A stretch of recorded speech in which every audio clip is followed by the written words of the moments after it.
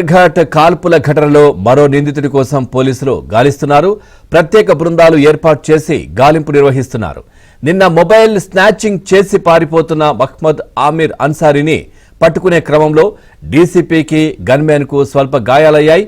ఆసుపత్రిలో చికిత్స పొందుతున్న వీరు డిశ్చార్జ్ అయ్యారు. మరోవైపు విషమంగా ఆమీర్ అన్సారీ ఆరోగ్య పరిస్థితి ఉంది.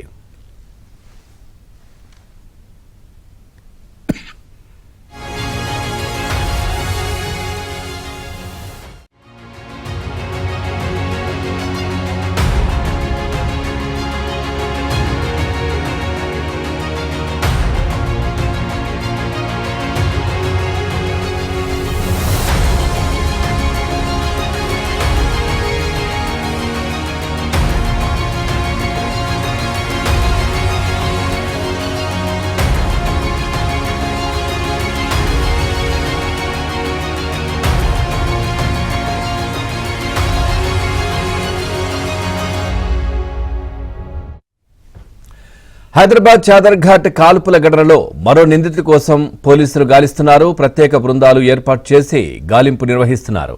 నిన్న మొబైల్ స్నాచింగ్ చేసి పారిపోతున్న మహ్మద్ ఆమీర్ అన్సారీని పట్టుకునే క్రమంలో డీసీపీకి గన్మ్యాన్ కు స్వల్ప గాయాలయ్యాయి. ఇక ఆసుపత్రిలో చికిత్స పొందుతున్న వీరు డిశ్చార్జ్ అయ్యారు.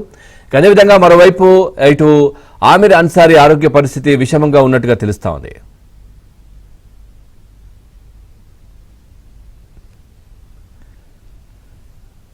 రైట్, ఇక ఇదే విషయానికి సంబంధించి మరింత సమాచారాన్ని మా క్రైమ్ కరెస్పాండెంట్ శశి అందిస్తారు. శశి, పూర్తి డీటెయిల్స్ ఏంటి?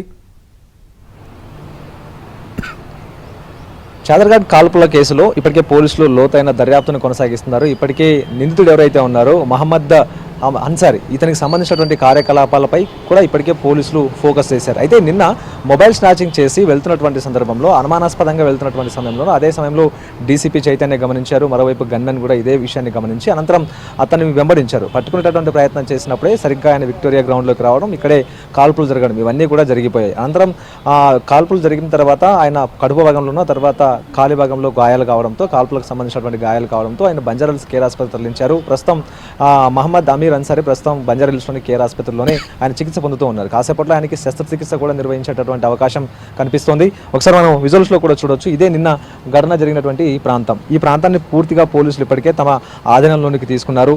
ఎవరిని కూడా ఇటువైపు రానివ్వకుండా పోలీసులు ఇప్పటికే అడ్డుకుంటూ ఉన్నారు. కేవలం ఇక్కడ ఉండేటటువంటి స్థానికులు కావచ్చు, మరోవైపు ఇక్కడ నివాసం ఉండేటటువంటి వారిని మాత్రమే లోపలికి అనుమతిస్తూ ఉన్నారు తప్ప అవుటర్స్ ఎవరిని కూడా లోపలికి అనుమతించినటువంటి పరిస్థితి. రాత్రి ఘటన జరిగిన తర్వాత ఫోరెన్సిక్ టీం రాత్రి ఒకసారి క్లూస్ సేకరించింది. మరొకసారి ఫోరెన్సిక్ టీం మరోసారి ఈ ఘటన జరిగినటువంటి ప్రాంతంలో క్లూస్ సేకరించేటటువంటి ప్రయత్నం చేస్తుంది. ఒకసారి మనం విజువల్స్లో కూడాను ప్రధానంగా చూడొచ్చు. ఇక విక్టోరియా గ్రౌండ్ ఏదైతే ఉందో ఆ ఘటన జరిగినటువంటి ఆ ప్రాంతంలోకి ఎవరిని ఇప్పటికీ అనుమతించినటువంటి పోలీసులు ఎవరిని కూడా అనుమతించకుండా క్లోజ్ చేసినటువంటి సందర్భం కనిపిస్తుంది. అయితే ఈ కాల్పుల అంశంలో భాగంగా ప్రధానంగా ఉమర్ అన్సారీకి తీవ్రమైనటువంటి గాయమైంది. కడుపు భాగంతో పాటు ఆ తర్వాత కాలి భాగంలో కూడా గాయమైనటువంటి నేపథ్యంలో సో అతనికి ఈరోజు శస్త్రచికిత్స కొనసాగించేటటువంటి అవకాశం అయితే కనిపిస్తోంది. మరోవైపు ఈరోజు ఆయనకు సంబంధించిన బుల్లెట్ కూడా వెలికి తీసేటటువంటి అవకాశం అయితే స్పష్టంగా కనిపిస్తూ ఉంది. సో ప్రధానంగా కాలపత్ర పరిధిలో ఆయన మీద రౌడీ షీట్ ఓపెన్ అయింది. మరోవైపు 2 సార్లు ఆయన మీద పీడియాక్లు కూడా ఇప్పటికే పోలీసులు నమోదు చేశారు. సో ఆయనకు సంబంధించినటువంటి కార్యకలాపాలు అంటే గతంలో ఏం చేశారు, ఏ కేసులో ఆయన నిందితులుగా ఉన్నారు అన్న అంశాల గురించి పూర్తి స్థాయి ఆయనకు సంబంధించినటువంటి క్రైమ్ షీట్ను కూడా ఇప్పటికే పోలీసులు వెరిఫై చేసినటువంటి సందర్భం కనిపిస్తూ ఉంది. ప్రధానంగా మొబైల్ స్నాచింగ్లతో పాటు ఆ తర్వాత చాలా వరకు కూడా బెదిరింపులకు గురి చేయడం, మరోవైపు ఈ ఆస్తులకు సంబంధించిన అంశాల్లో భాగంగా అన్సారీ ప్రధానంగా ఇందులో నిందితుడిగా ఉన్నారు. అతని మీద సుమారుగా 20కి పైగా కేసులు ఉన్నటువంటి సందర్భం. అయితే ఇప్పటి వరకు కూడా ఇదే అంశాల మీద పోలీసు సీరియస్గా తీసుకున్నారు. ఎందుకంటే ఇటు ఒక రౌడీ షీటర్ పోలీసుల మీద దాడికి యత్నించడం, ప్రధానంగా ఇటు డీసీపీ మీద కూడా దాడికి యత్నించేటటువంటి సమయంలో ఇప్పటికే పోలీసులు ఈ అంశాన్ని చాలా సీరియస్గా తీసుకున్నారు. ఉమర్కు సంబంధించినటువంటి అంశాన్ని చాలా సీరియస్గా తీసుకున్నటువంటి పోలీసులు ఇప్పటికే రౌడీ షీటర్లకు గట్టి వార్నింగ్ కూడా హైదరాబాద్ సిపి సజ్జనార్ ఇవ్వడం కూడా జరిగింది. ఖచ్చితంగా ఎవరైనా రౌడీ షీటర్స్ తర్వాత ఎవరైనా సరే అల్లరి మూకలు ఖచ్చితంగా పోలీసుల మీద తిరగబడినా, వారి మీద దాడికి యత్నించినా కూడా ఖచ్చితంగా చట్టపరంగా తగిన చర్యలు తీసుకుంటాం, కఠినమైనటువంటి చర్యలు తీసుకుంటామంటూ కూడా సిపి ఇప్పటికే వార్నింగ్ ఇచ్చినటువంటి సందర్భం కూడా కనిపించింది. సో నిన్న ఈ జరిగినటువంటి పెనుగులాట కావచ్చు, అంటే ఈ యొక్క మహమ్మద్ ఉమర్ అన్సారీని పట్టుకునేటువంటి ప్రయత్నంలో ఇటు డీసీపీ చైతన్యకు ఆ తర్వాత గన్మెన్ సత్యనారాయణ మూర్తికి కూడా ఈ పెనుగులాట చోటు చేసుకున్న సందర్భంలో స్వల్ప గాయాలయ్యాయి. ఆ ఇద్దరిని కూడా ఆసుపత్రికి తరలించారు. వారు కూడా ప్రజెంట్ ఇప్పుడు చికిత్స తీసుకుని అనంతరం డిశ్చార్జ్ అయినట్టుగా కూడా తెలుస్తుంది. కేవలం ఇప్పుడు మహమ్మద్ ఒమర్ అన్సారీ మాత్రమే బంజారాహిల్స్లోని కేర్ ఆసుపత్రిలో ఉన్నారు. సో ప్రజెంట్ ఆయనకు సంబంధించినటువంటి కొన్ని పరీక్షలు కూడా పూర్తి చేశారు. ఆయన వీపు భాగంలో బుల్లెట్ ఉన్నట్టుగా ఇప్పటికే వైద్యులు గుర్తించారు కాబట్టి ఆ బుల్లెట్ను కూడా తీసేందుకు ఈరోజు శస్త్రచికిత్స నిర్వహించేటటువంటి అవకాశం అయితే కనిపిస్తుంది. సో మొత్తానికి ఈ మొహమ్మద్ ఒమర్ అన్సారీకి సంబంధించినటువంటి నేర ప్రవృత్తి, ఆ తర్వాత ఆయన మీద ఉన్నటువంటి కేసులు కావచ్చు, ఆ తర్వాత